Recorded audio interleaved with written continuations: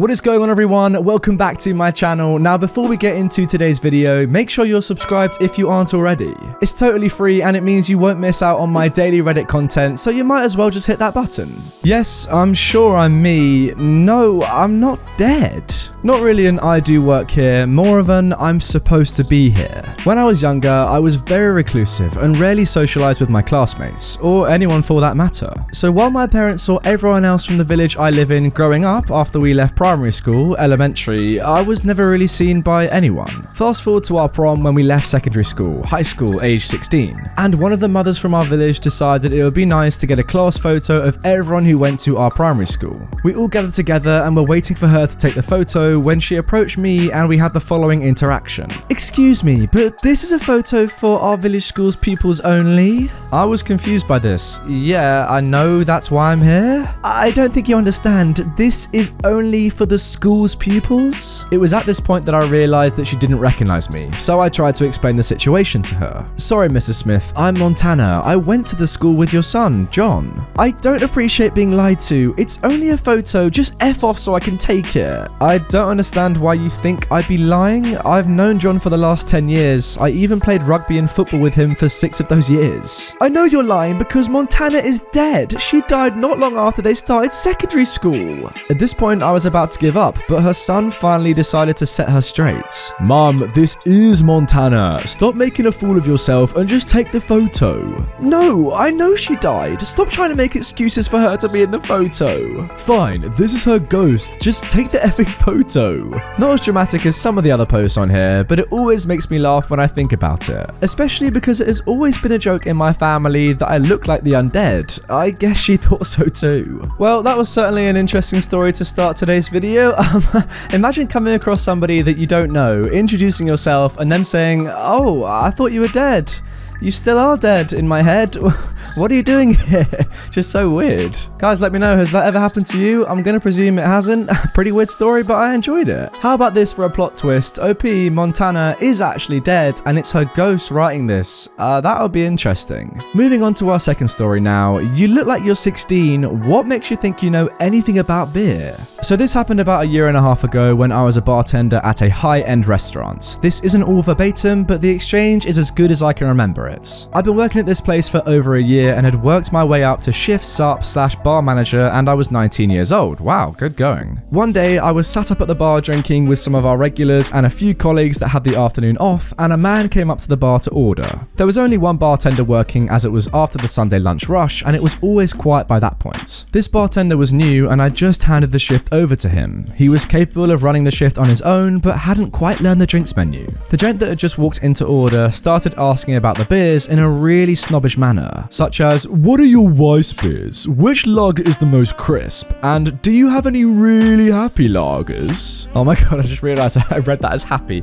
Hoppy lagers, sorry. Basically, he was asking questions about any type of beer possible just to be complicated and sound like he knew his stuff. No one really comes in asking those types of questions if they don't have a specific flavor profile in mind. For example, you only typically ask about Weiss beers if you want a wheaty beer. You only ask about crisp beers if you want a refreshing lager, and you only ask about hoppy lagers if you're into IPAs. Anyways, I overheard this and offered my own guidance as the poor new recruit was looking at me like a deer in headlights. I just ran through the menu and suggested the correct drinks for his questions, to which he just exhaled through his nose and outright said, "You're about 16 and shouldn't even be drinking here. What makes you think you know about beers?" I'm a polite person and I'm really not a fan of unnecessary conflict, so I didn't offer any wisecracks or smugness. I just told him, "I heard you asking some pretty tough questions and this guy started last week. I thought I'd help out as I'm off shift and it's a good training point for him as I'm his manager." To which he joked about the new starter being old enough to be my dad. I'm not sure what he was trying to gain from throwing weak insults at a stranger, but my mind switched into work mode and I just started listing off drinks on our menu like I was advertising half the breweries in Europe. I asked what flavor profiles he was after, if he wanted a light ale or a heavy lager, high ABV or low. If he was looking to eat, then perhaps one of the wines would be better suited if a heavy beer is preferred, as the special was fish. I finished off saying to the new bartender, "Hey dude, can you pop staff discount on for this gent? It'd be nice to see him back here when I'm working." I proceeded to give him my till and walk him through the steps to apply it. Lo and behold, this bloke orders a pint of Carling because all the fancy beers were way too expensive. Oh, unreal. Imagine that, trying to show off to a bartender that you know more than them and then ordering the cheapest beer on tap. I don't miss these types of guests one bit. Yeah, guys, if you don't know too much about beer, Carling is literally probably the most average beer you can get. It's not really expensive. It's not terribly cheap, but it's not very expensive at all compared to a lot of other beers, like OP said. Imagine cruising into a bar, flexing like this guy, thinking to yourself, you know what, I can only actually afford a Carling, but let me just flex on this bartender for no real reason at all. Like, surely in the back of your mind, you know that you're only going to be ordering a Carling eventually, so why are you flexing, talking about IPAs, high ABVs, all that sort of stuff? Just get your pint, enjoy it, and then get out of there. Personally, when it comes to me, I'm a pretty simple man when it comes to beer, alcohol, that sort of stuff. I don't claim to be knowledgeable, so therefore I don't try and act knowledgeable when I know I'm not. Is that not just the normal thing to do? It's not just about beer as well, it could be anything. Like, why would I go to speak to someone who's a scientist about science and try and flex on them my scientific knowledge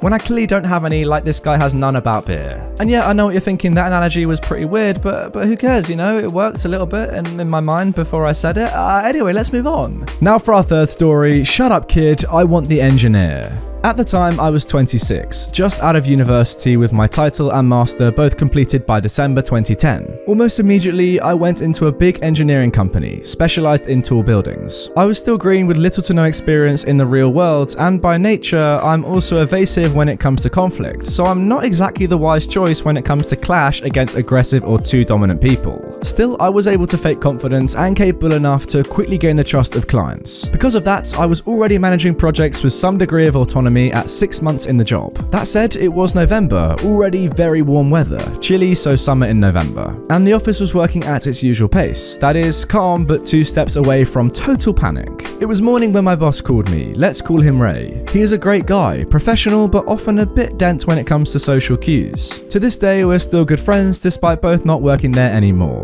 When I arrive at his desk, he pulls a set of schematics. "Hey, I have a meeting this afternoon with this particular client, but I cannot go.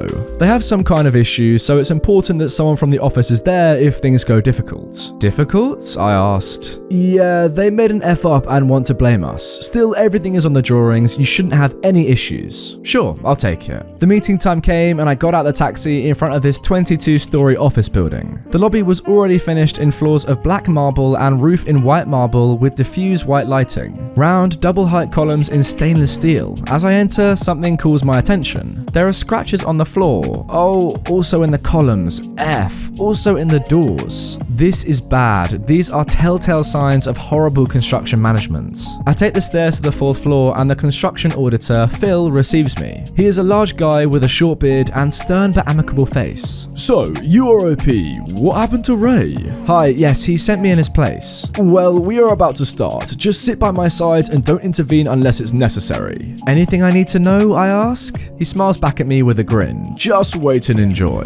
So, we enter this large improvised meeting room. There is electricity, but the floor is still bare concrete and the doors are temporary. The table is enough for maybe 20 people. On the corner, there is a small guy with a curved back and a sketchy appearance. He could be described as a weasel in office attire. No one pays any attention to my presence as everyone is taking their seats. I sit beside Phil near the middle of the table. The weasel is on the far head of the table and the closest head is still empty. "Now that guy is the construction manager. He is blaming us for the F-up," he says, pointing at the weasel. We wait for maybe 5 minutes with only a rumour of the small conversations in the place. Finally, the door opens and a peacock-like office Chad enters. Black trousers, white and pink vertically striped shirt, and big golden sunglasses where a helmet should have been. A large golden watch, kettlebell sized, completed the image. "Sorry I'm late, let's begin the meeting," Chad announces. I assume from his commanding tone that he is the representative of the owners. After some minimal greeting to all the people in the room by the architect, he gives the word to Chad. I take a glance at Phil. He is expectant. Now, Chad raises from the table, points to the weasel, and the party starts. "Explain to me how the F you forgot to build doors for the elevator's machine room. We are already delayed a month. You made a freaking mess in the lobby, and now we have to demolish a wall so the elevator people can enter."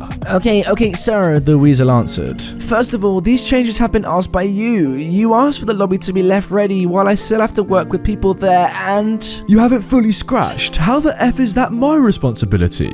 Turns out, Chad and the Weasel were not only severely unprofessional, but they also hated each other with such passion that they had to be put on opposite sides of the table, because more than once in the past they had been close to a fistfight. They discussed screaming at each other for maybe 5 minutes. Chad is fully aggressive and Red attacking relentlessly. The manager, just as his appearance suggests, sneaks in between all the attacks and deflects responsibilities, blaming everything under the sun. The rest of the assistants are just expecting to let time pass quickly and leave, but Phil is happy. He was one step away from having some popcorn. I lean to him and whisper, so they forgot an access for the machine room? Not only that, but the Weasel also declared some construction molds as stolen and they made an investigation. Turns out they are still inside that closed room. What? I ask a bit louder. Hey kid, Chad addresses me disrespectfully. Shut up. And he goes back to the fight. After some more punches back and forth, the Weasel is running out of ways to deflect his mistake, but he tries one more. But this wasn't our fault. The door was not in the structural engineer's drawings. He forms a smug smile. Plus, Ray didn't even come to the meeting. If any penalties are to be applied, it is to them for their incompetence. Boy, that was my cue. I clear my throat but fail in the first impression, entering in a timid way. Well, shut up kid, the Weasel snaps and looks to Phil. Keep your assistant quiet. I decide to make myself understood more clearly. I pull the set of schematics, letting them fall heavily over the table and catching the attention of both Chad and the Weasel. Over the schematics, I put my construction helmet with the logo of the engineering firm. Silence takes place. If I may, I now speak in front of a pale Weasel and a Chad who is internally debating whether to show shame for calling me a kid or to do a victory lap around the Weasel. I'm actually a structural engineer from the company, and Ray sent me in his representation because his schedule was full. Mind if we check what appears on the drawings? Here we are, yes, as you can see. The door is here, and I think this cannot be attributed to confusion from structural design. I agree, Phil comments with a huge smile. The rest of the table is trying to hide their amusements. I continue. So, that settles it. I can make here a procedure for the demolition and installation of the access, or if you prefer, I can send it to be approved by Ray by tomorrow. Everyone is silent in a second of contained storm, but Phil isn't done yet. He leans in and puts his hands over the table. Now, we need to see what we will do to recover the supposedly stolen equipment that is still trapped inside the machine room. And what will you do about the 2 workers you fired this morning? He looks to the Weasel, who is just about to melt and escape by the first crack he can find. Chad now turns into a raging volcano. He was so furious that his blood pressure could have been measured in atmospheres. You fired people without proof? And then another maybe 5 minutes of berating exploded until the architect, who was supposed to be coordinating the meeting, called a truce so they could advance with the problems of the electric and water crews. Phil and I were dismissed, but while the door was closing, I could hear Chad screaming again. I sighed, relieved. Truth is, I was shaking a little. What a mess. Nah, this was a quiet meeting, Phil said, smiling. Tell Ray he missed a good one. Pleased to meet you, kid. In the end, the construction was finished with 5 months of delay. Both the Weasel and Chad were fired from their respective companies. Ray just laughed at my story and told me it was good that Chad hadn't tried to punch me because he wanted to fight everyone all the time. I never found those two again, but I found Phil on another project 2 years after. Same mischievous old man. To my luck, to this day, I never had another meeting like that dreadful one. I just have absolutely no idea how those 2 clowns were in charge of their companies at this meeting. Doesn't make any sense to me. Like, who put them in that position of authority? I guess the moral of this story is never underestimate an assistant because they can be just as intelligent as the people at the top. Anyway guys, that is going to do it for this episode of r/IDOWorkHereLady. If you want more, the playlist is up on the screen. There are a lot of videos in there now, so if you're bored during lockdown, binge it. Go on, you got nothing else to do. On top of that, drop your comments below of any new subreddits you might like to see on the channel. I kind of want to, explore something new. I've tried a few new videos, but I want more, let me know. And final point is to make sure you are subscribed, as I said in the intro, if you are not already. We're getting close to 500,000 now. With the current growth, we'll be there in maybe like a month and a half. Yeah, subscribe and help us get there.